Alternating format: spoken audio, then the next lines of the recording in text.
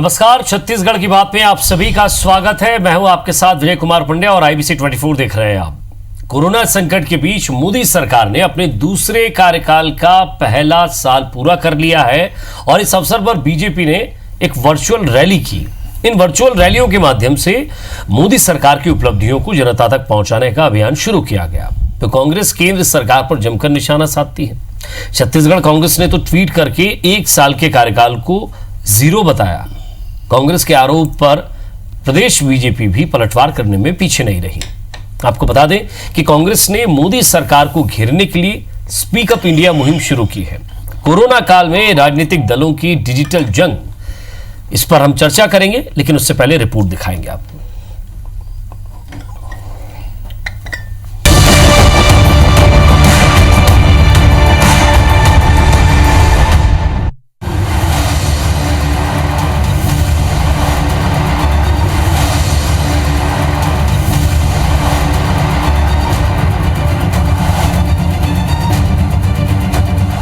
देश में कोरोना संक्रमण के बढ़ते आंकड़ों के बीच राजनीतिक सरगर्मियां तेज होने लगी हैं। करीब 2 महीने के बाद सियासी दल फिर सक्रिय।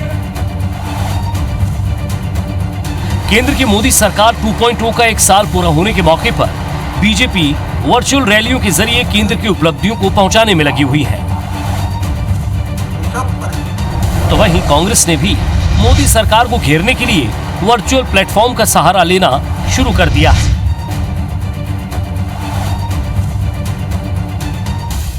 मैं नरेंद्र दामोदर दास मोदी ईश्वर की शपथ लेता हूं। ठीक एक साल पहले 30 मई 2019 को प्रचंड जनादेश के साथ दूसरी बार प्रधानमंत्री नरेंद्र मोदी देश की सत्ता पर विराजमान हुए थे।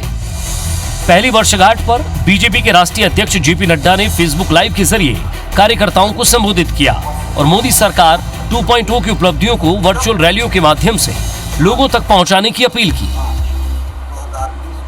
हमारे प्रधानमंत्री जी के ये दूसरे कार्यकाल का 1 साल का कार्यकाल आज पूरा हुआ। उसके दृष्टि से प्रधानमंत्री जी के नेतृत्व में हमारे केंद्र की सरकार ने बहुत सारे ऐतिहासिक काम तो किए। नड्डा जी ने पूरे इस 1 वर्ष के कार्यकाल को जिस प्रकार से ऐतिहासिक और साहस भरे कदम, तमाम उपलब्धियों को लेकर के जो आज उनको हम सबको सुनने को मिला है, निश्चित रूप से ये हमारे लिए गौरव का क्षण है। आमतौर पर एक रैली में ज्यादा से ज्यादा 1 लाख लोग शामिल हो पाते हैं, लेकिन पार्टी ने वर्चुअल रैली के माध्यम से मोदी सरकार के दूसरे कार्यकाल की उपलब्धियों को करीब 30 लाख लोगों तक पहुंचाने में कामयाबी हासिल की।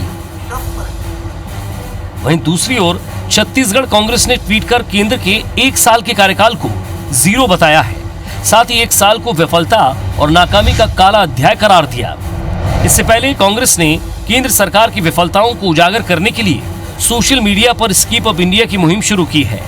कांग्रेस का दावा है कि इस प्रोग्राम के तहत 50 लाख लोगों ने लाइव वीडियो पोस्ट किए हैं। बीजेपी के वर्चुअल रैली पर कांग्रेस ने तंज कसते हुए कहा कि बीजेपी उनकी चाहे कितनी ही कॉपी कर ले, उनका अभियान सफल नहीं होगा।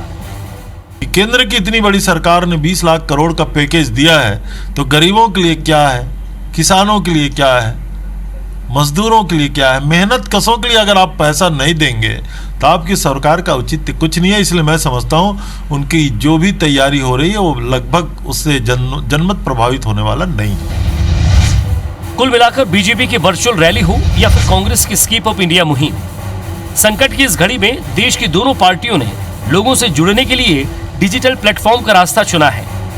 जाहिर है कोरोना काल में आज जो पार्टियां सोशल मीडिया पर अपने आप को जितना मजबूत करेंगी, वो उतनी ज्यादा मजबूती से अपनी बात लोगों तक पहुंचाने में सफल होंगी। Star Jain, IBC 24, Raipur.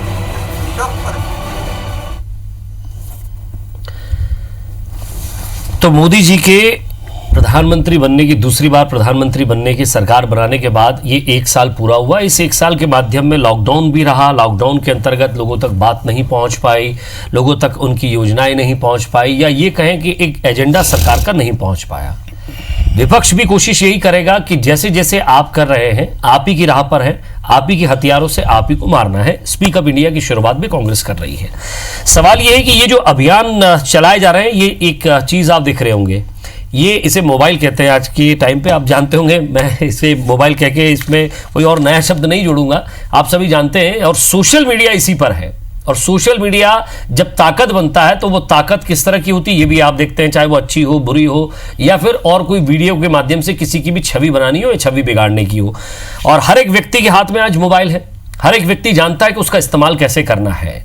कुछ सही बातें आप तक पहुंचती हैं, कुछ एजेंडे आप तक पहुंचते हैं, कुछ पार्टियों की विपक्षी नेताओं के एजेंडे भी आप तक पहुंचते हैं। सरकार का एजेंडा क्या है, विपक्ष का एजेंडा क्या है, कौन सही है कौन गलत है, फैसला जनता करती है। राजन तिवारी साहब, विचारक, राजनीतिक विश्लेषक और कांग्रेस के वरिष्ठ नेता हमारे साथ मौजूद हैं। स्वागत है आपका। धन्यवाद। केदार गुप्ता साहब, एक दानेदार आवाज के धनी और बीजेपी के प्रवक्ता के तौर पर हमारे साथ, नेता के तौर पर हमारे साथ। सबसे पहले मैं केदार गुप्ता साहब, इस पर आपका रिएक्शन ये लूंगा कि आप जो तैयारी कर रहे हैं, जो फेसबुक लाइव आज से हुआ है और जिसकी शुरुआत हो चुकी है, क्योंकि आपके नेता जब शुरुआत में आए ही थे तब से लेकर आपने सोशल मीडिया पर बड़ा ध्यान देना शुरू किया और वहीं से बेस बनाना शुरू किया, तो बीच में भूल गए थे, फिर याद आया, या सोशल मीडिया की ताकत समझ में आई, क्या हो रहा है ये? नहीं, ऐसा नहीं है। 2014 के चुनाव से आप देखें तो सोशल मीडिया के माध्यम से भारतीय जनता पार्टी ने कांग्रेस के कुशासन को जनता तक पहुंचाने में सफलता प्राप्त की। और जिस स्थिति में इन्होंने देश को पहुंचा दिया था, आर्थिक वातावरण इतना खराब हो गया था और आसपास के देशों से एक बड़ा भय हो गया था, हमारी अंतर्राष्ट्रीय सीमाएं असुरक्षित हो गई थी, किसानों के पास, व्यापारियों के पास धन नहीं था। तो सोशल मीडिया ने जो काम 2013-14 के दरमियान किया, तो Bharatiya Janata party social media के माध्यम से जनता तक पहुंचती है, क्योंकि उससे रिएक्शंस भी मिलते हैं और वो बड़े पॉजिटिव थे भारतीय जनता पार्टी के लिए। और वो पॉजिटिव रिएक्शन के कारण सिर्फ 2014 ही नहीं बल्कि 2019 में भी माननीय नरेंद्र मोदी जी के विश्वास को, जन विश्वास को जनता ने फिर से सराहा। जो फेसबुक लाइव आप करने जा रहे हैं और जो कर रहे हैं, कुछ दिन पहले फेसबुक के जो फाउंडर हैं उनसे भी मुलाकात हुई थी, मोदी जी मिले भी थे उनसे जाकर। सारे सवाल यही हैं, लेकिन आपको लग रहा है कि एक राह चुन ली है और ये समझ में आ चुका है कि सबसे सीधा, सटीक और कम बजट का रास्ता यही है? बिल्कुल ठीक कहा आपने। जो आपने कम बजट की बात कही ना, तो माननीय नरेंद्र मोदी जी की आप कार्यशैली देखें तो लगातार देश का पैसा बचाकर गरीबों के, किसानों के कल्याण में लगाना। और एडवर्टीजमेंट में आप देखें कि छत्तीसगढ़ प्रदेश का क्या हाल है। फायदा होगा कैसे? मैं कह रहा हूं 4 किस्तों में पैसा दे रहे हैं और धकाधक विज्ञापन, उसके लिए पैसा है। किसानों को 4 किस्त में दे रहे हैं उनका हक की राशि। उसके विपरीत आप देखें केंद्र सरकार फेसबुक लाइव है, वर्चुअल रैलियां हमारे यहाँ होंगी, तो सीधा संपर्क करके और उससे लाभ ये होता है। पैसा लगता है, आप जानते हैं डिजिटल मीडिया में यहाँ भी पैसा देना होता है, बिना पैसे के काम नहीं। मैं कह रहा हूँ फेसबुक में किस बात का पैसा, फेसबुक में किस बात का पैसा, उसमें कमेंट्स भी आते हैं और लोगों की कहाँ कैसे पैसा देना, ये भी लोगों के विचार हमको मालूम होते हैं और उसके अनुरूप हम काम करते हैं। सर तिवारी सर, सबसे पहले तो मैं बाकी सारे मसले एक तरफ, जितना छोटे भाई मेरे केदार गुप्ता ने कहा है, मैं श्री गणेश वहीं से करता हूं। इन्होंने 3 बात कही, अभी सुन रहे थे आप भी और आपके लाखों दर्शक सुन रहे थे। इन्होंने कहा कि मोदी जी ने आर्थिक स्थिति को मजबूत किया। पहली बात, आर्थिक स्थिति का ये हाल है कि आज की तिथि में 4.9% राजकोषीय घाटा है। एक एक बात और अर्थव्यवस्था के बारे में बात करते चलेंगे अपन बाकायदा। जब मनमोहन सिंह जी की सरकार थी तो 49 लाख करोड़ रुपए का कर्ज था हमारे ऊपर, और आज ये कर्ज 543 अरब डॉलर का हो चुका है। मनमोहन सिंह जी के कार्यकाल में हमने विदेशों से जितना पैसा कर्ज लिया था उसकी तुलना में 53% कर्ज मोदी जी ने ज्यादा लिया है। और एक बात ध्यान रखिएगा, नहीं मैं आंकड़े के जिम्मेदारी से बात कर रहा हूं। 10 सेकंड लूंगा आपके से। जब इतनी मजबूत चीजें थी तो क्या सोशल मीडिया का सही इस्तेमाल उस समय कांग्रेस नहीं कर पाई? नहीं, बातें पहुंच रही थी, वही नहीं पहुंची। बिल्कुल ठीक कहा आपने। वो एक शेर है ना, हम सच बोलते हैं मुकदमा हार जाते हैं, वो झूठ बोलता है और लाजवाब करता है। तो वो स्थिति रही भाई साहब। सोशल मीडिया इनका बहुत तगड़ा था, हमको स्वीकार करने में कोई दिक्कत नहीं। ये तक सोशल मीडिया में इनके चल रहा है कि आरबीआई ने ये कहा है कि वर्ल्ड बैंक से मोदी जी ने कोई पैसा नहीं लिया। इससे ज्यादा झूठ बात नहीं हो सकती। 1,31,000 करोड़ डॉलर का कर्ज मोदी जी ने वर्ल्ड बैंक से लिया हुआ है। मैं बहुत पढ़ता हूँ सोशल मीडिया पर। नहीं कह रहा हूं, मेरी बात है, राजेश भैया, मुझे कहने दीजिए, मैं कह रहा हूं, देखिए, जनता वास्तविकता को देखती है। राजेश भैया, मैं आपसे पूछना चाहता हूं, अरे भाई पूछ लेना ना, मेरे को अपनी बात का, इन्होंने कहा पड़ोसी देश से संबंध। भैया, डोकलाम के बाद में लगातार चाइना के साथ में जो हाल हो रहा है वो देख रहे हैं। हमारा बरसों पुराना दोस्त है नेपाल, वहां तो 95% आबादी हिंदुओं की है। काला पानी को मामले को लेकर के रोज प्रदर्शन हो रहा है नेपाल में। थोड़ा बाहर का अखबार भी पढ़ा करें, देखा करें कि किस तरह से पड़ोसी देशों के, पाकिस्तान के साथ तो ठीक है, वो तो चुनाव जीतने के लिए बहुत आवश्यक है, उसको जितना गाली दे सको, जितना उसकी पिटाई कर सको कीजिए, क्योंकि डोकलाम के नाम पर, बालाकोट के नाम पर, या सर्जिकल स्ट्राइक जो कांग्रेस के शासन में पहले हो चुकी है उसके आधार पर ठीक है, सत्ता मिली है तो कोई दिक्कत। चलिए, एक कार्यशैली की बात, इन्होंने एक और कार्यशैली की बात की है, तो हालत यह है कि आज तक ये भारत के पहले प्रधानमंत्री हैं जिन्होंने कभी प्रेस कॉन्फ्रेंस नहीं किया। अरे आते नड्डा जी की जगह खुद प्रेस कॉन्फ्रेंस लेते। हालत यह है कि आप रात के गुजरते ही एक और रात आई। आप तो कहते थे कि दिन निकलने वाला है, और अभी हम बाकी की मामलों में आएंगे। एक एक बात को लेकर के मैं चर्चा करना चाहूंगा, बिल्कुल, कि किस तरह से नोटबंदी। एक छोटे से ब्रेक के लिए रुक रहे हैं। मुझे अवसर दीजिए, 5 सेकंड, ब्रेक के बाद आप इसे शुरू करूंगा। 5 सेकंड कहना चाहता हूं। अर्थव्यवस्था की बात कर रहे हैं, जनता आपके आंकड़ों में उलझेगी नहीं। राजेंद्र भैया, आपको याद होगा पूर्व थल सेना अध्यक्ष, गलत बात बिल्कुल नहीं करता हूं। आंकड़े तथ्यात्मक। केदार गुप्ता साहब, आप ही से शुरू करूंगा मैं। देखिए, आर्थिक स्थिति की बात कर रहे हैं तो मैं कहूंगा कि समाचार पत्रों में पढ़ा है और लोगों ने भी देखा है। पूर्व थल सेना अध्यक्ष जनरल वीके सिंह ने कहा था जब मनमोहन सिंह प्रधानमंत्री थे कि गोला बारूद के लिए पैसे नहीं है, सेना को देने के लिए पैसे नहीं है, और ये बात कर रहे हैं आर्थिक स्थिति के आंकड़ों की। अरे सत्यता क्या थी? रही पाकिस्तान की बात, जब मुंह उठाएगा तब मारेंगे। पीओके आपने उसको परोस के दे दिया था थाली में, छीन कर लेंगे और वापस लेंगे। ये बात ट्विटर, इंस्टाग्राम पे मारेंगे।